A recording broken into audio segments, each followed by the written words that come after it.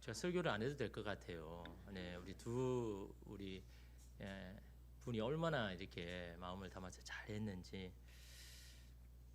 네. 사람이 참 다양하죠. 성향도, 관점도, 감정도 참 다양합니다. 나와는 전혀 다른 사람들이 얼마나 많은지, 나와 똑같은 사람이 한 명도 없다는 그 사실, 다름이 틀린 것은 아닌 거죠. 다 다양한 사람이고, 내게 없는 것이 그 사람에게 있고, 또 그 사람에게 없는 게 내게 있게 하신 것이 바로 하나님이시다라는 것을 보게 됩니다. 그래서 어떤 사람은 뭐 적극적인 성향이 있는 사람이 있는 반면에 수동적인 성향이 있는 사람이 있죠. 또 긍정적인 관점을 가진 사람이 있는 반면에 또한 회의적인 관점을 가진 사람도 있고요. 또 밝고 긍정적인 감정이 많은 사람이 있는 반면에 또 이 부정적인 우울한 감정이 많은 사람도 있죠. 그게 다 잘못됐다는 건 아니고 다 이렇게 다양하고 또 다양하게 이렇게 쓰임을 받는데, 이처럼 사람의 성향, 관점, 감정을 결정짓는데 가장 기초적이면서 결정적인 게 있습니다. 그것은 바로 아이와 부모 사이에 형성되는 안정된 애착 관계. 이 어떻게 보면 가장 기본이 되고 기초가 되거든요. 이런 애착이라는 게 뭡니까? 애착은 쉽게 말하면 자녀가 부모에 대해서 생각하는 자기 인식입니다. 부모를 어떻게 인식하느냐? 부모는 자기를 늘 보고 계시고 항상 자신의 편이고 응원하고 지지해주는, 그래서 나는 부모 앞에 안에 있으면 나는 안전하다라고 느끼는 자기 의식이, 인식이 바로 이 애착, 이 관계인 거죠. 그래서 나는 언제나 안전하다라는 그런 마음이 항상 가슴 속에 있습니다. 근데 이러한 애착 관계가 형성되기 위해서는요, 두 가지가 선행되어야 할 게 있습니다. 첫 번째는 예측 가능해야 합니다. 누가요? 자녀가 부모를 볼 때 예측 가능해야 됩니다. 우리 부모는 이렇게 했을 때 우리 부모는 당연히 그렇게 할 거야 라고 미리 그림을 그릴 수 있을 정도로 부모에 대한 어떤 인식이 있어야 되는 거죠.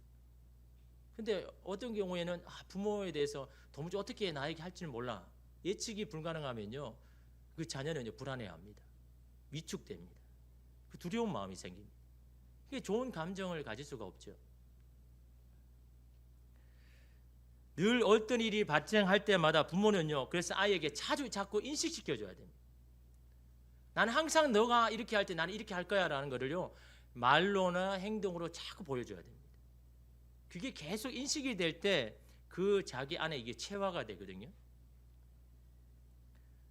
나는 너를 지지하고 나는 너를 향한 무한한 사랑과 신뢰가 내게 있다라는 것을 자꾸 말해주고 자꾸 행동을 보여줘야 됩니다. 예를 들어서 아이가 실수로 유리컵을 깨뜨렸습니다. 보통 부모들은 뭐라고 합니까? 야, 내가 만지지 말라고 했지. 꼴 좋다. 너는 항상 부모 말을 안 들어서 그 모양이야.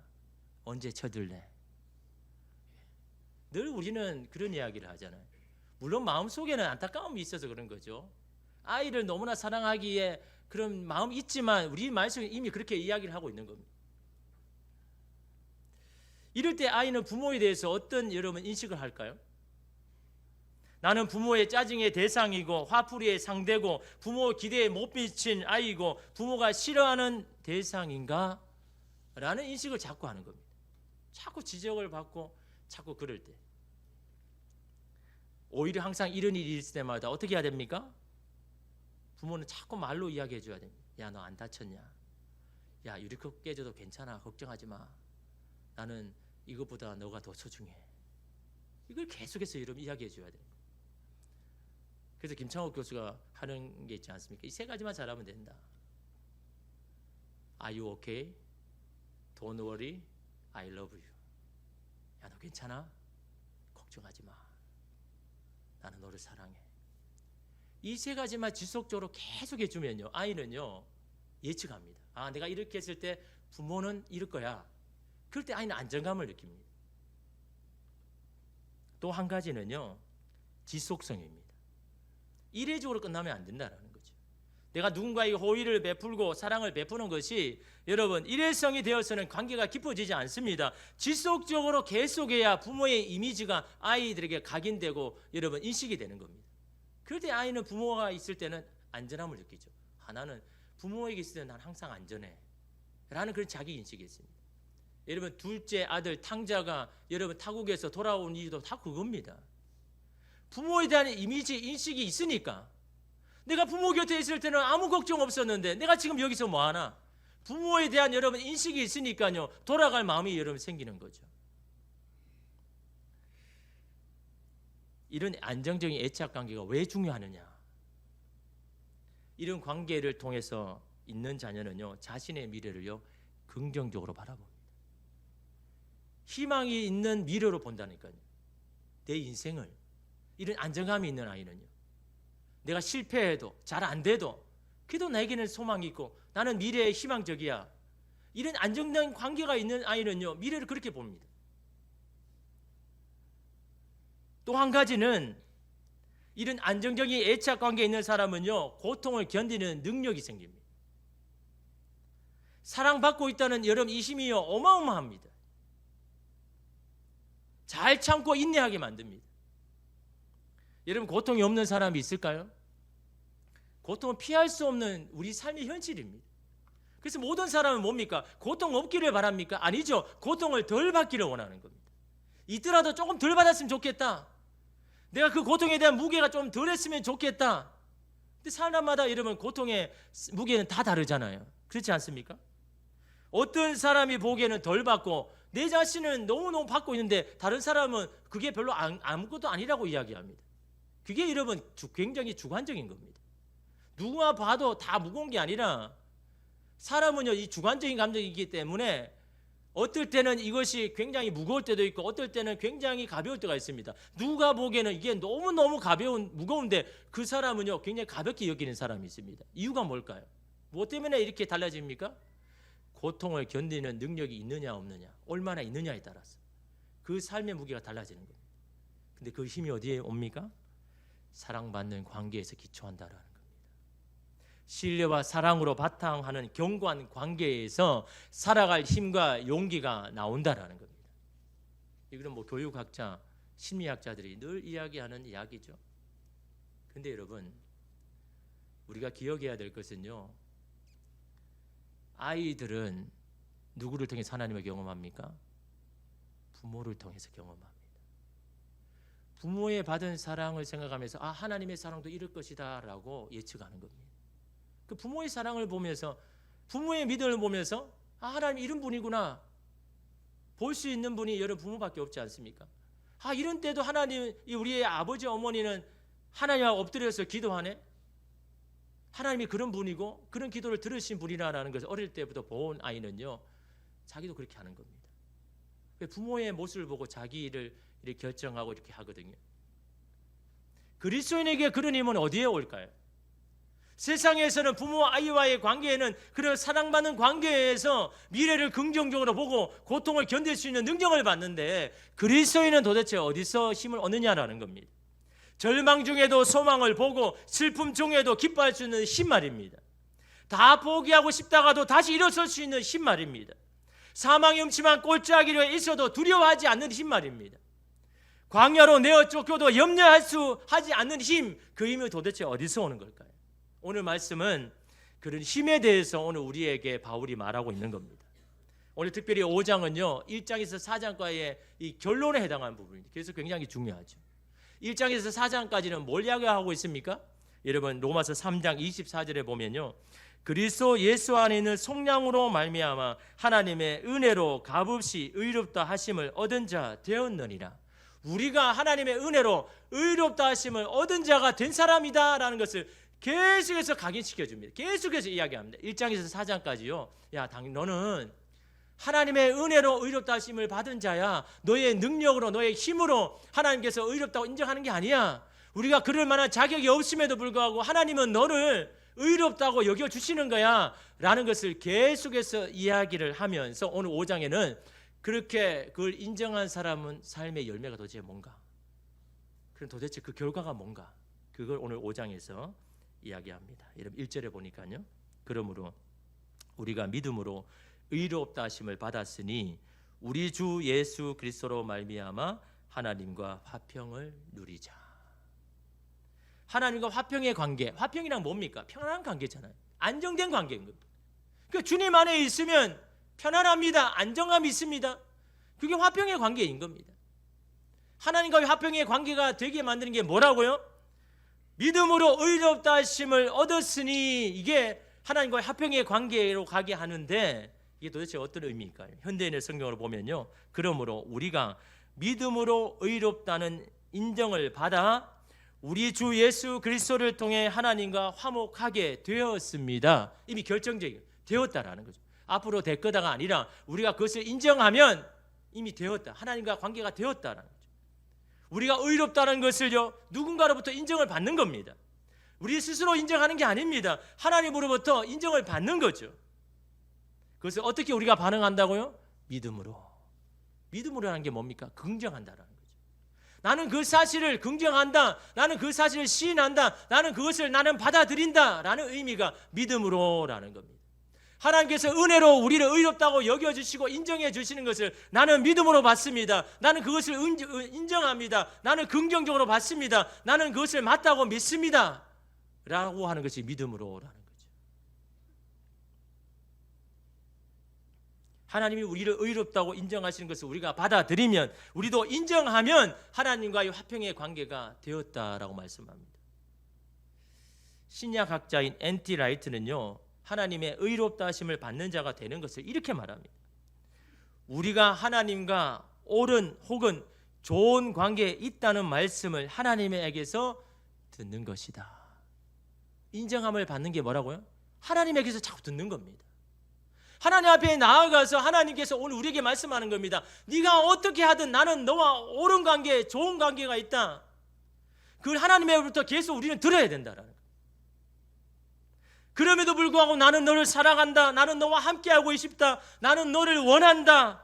네가 어디에 가든지 내가 너와 함께할 것이고 네가 무엇을 만나든지 내가 도와주고 지켜줄 것이다 라고 하는 것을 하나님에게서 자꾸 들어야 된다는 거죠.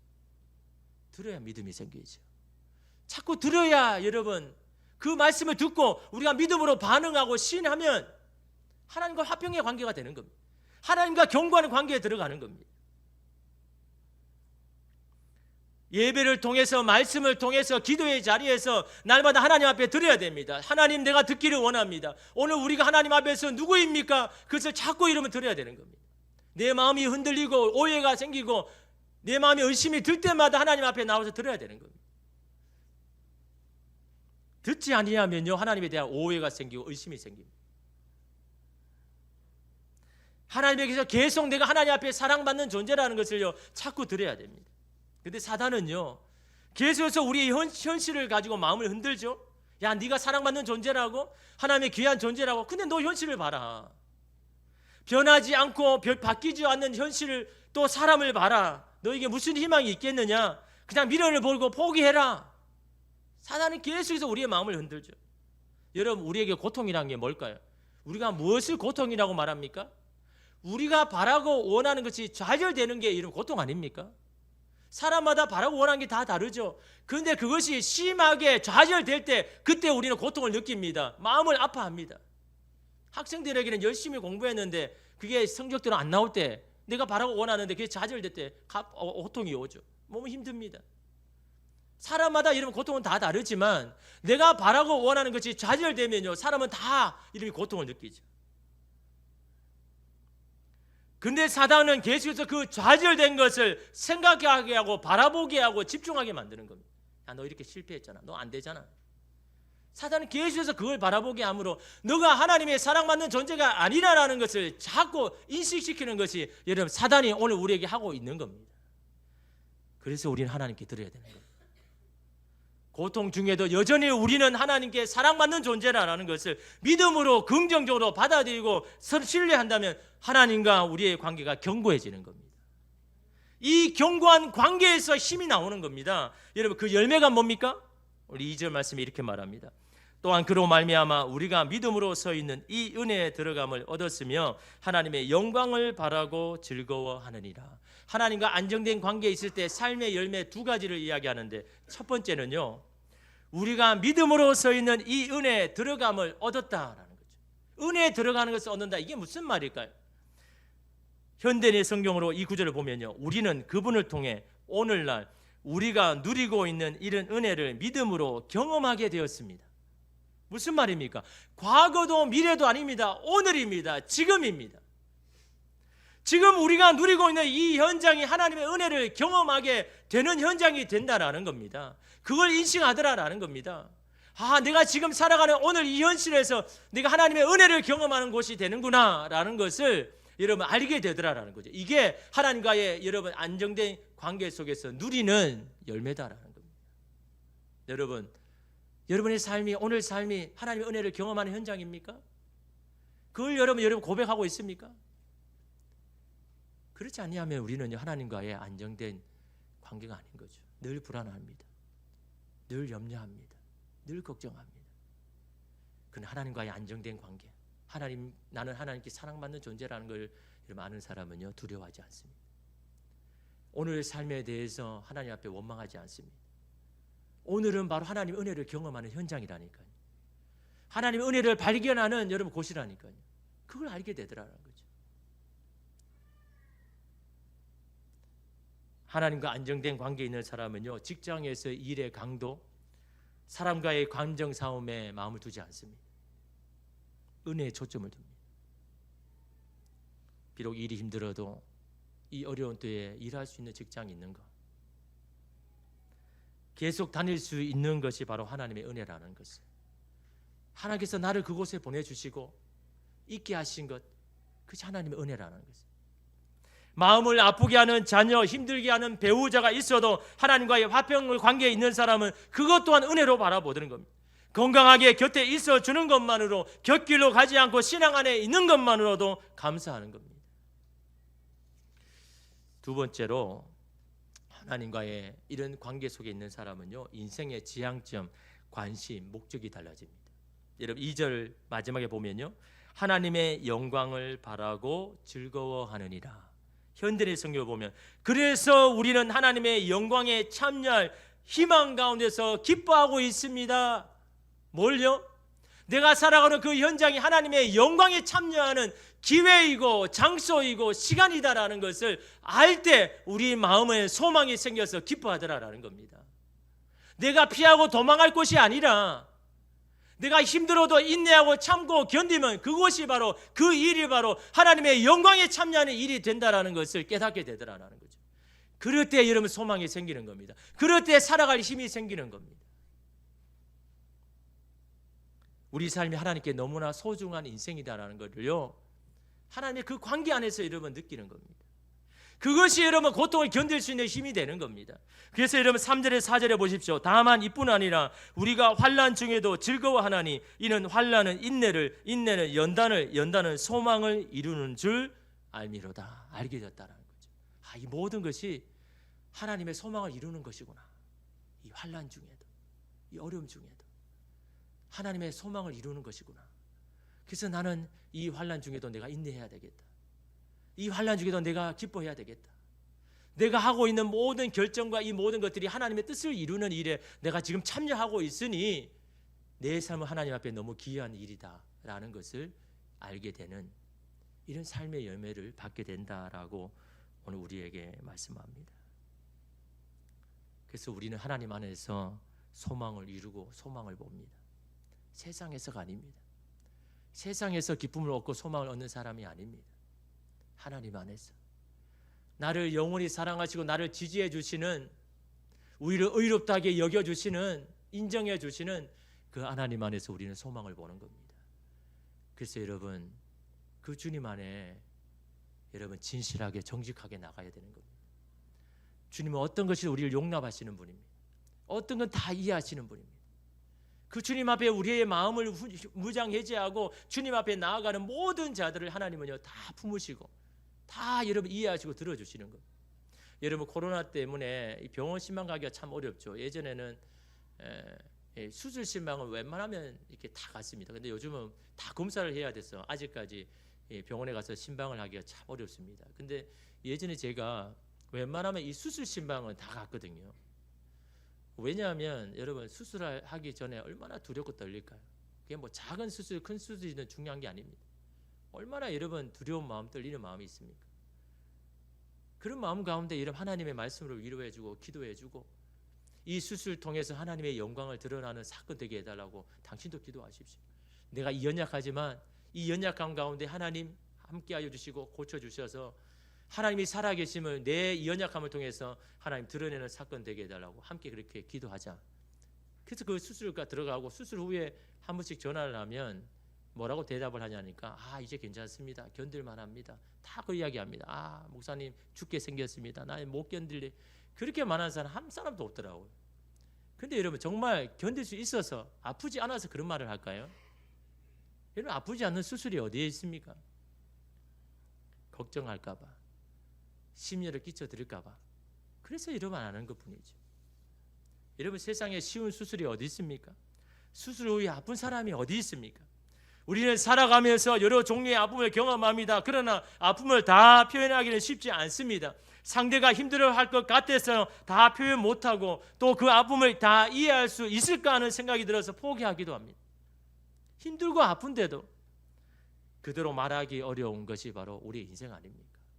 오늘 우리의 삶 아닙니까? 누군가에게 여러분의 아픔, 사람이 알지 못하는 그 아픔을 다 이야기할 사람이 있습니까?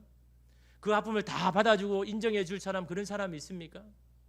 여러분 이 세상에는요 그런 사람 한 사람도 없습니다. 하나님만이 여러분의 아픔을 다 아시는 겁니다. 그래서 하나님 앞에는요 아프면 아프다고 말해야 되는 겁니다. 힘들면 힘들다고 말해야 되는 겁니다. 우리가 하나님의 사랑받는 존재라면요, 하나님 우리를 그런 존재로 여겨주신다 그러면요, 그 하나님 앞에 정직하게 나가야죠. 하나님 앞에 뭘 감춥니까? 뭘 숨깁니까? 우리가 어떤 모습이든 하나님은요 다 품어주십니다. 다 용납해 주십니다. 사며 주시고 고쳐주시는 분이 여러분 하나님 아닙니까? 그래서 우리는 하나님 앞에서 늘 소망을 보는 겁니다.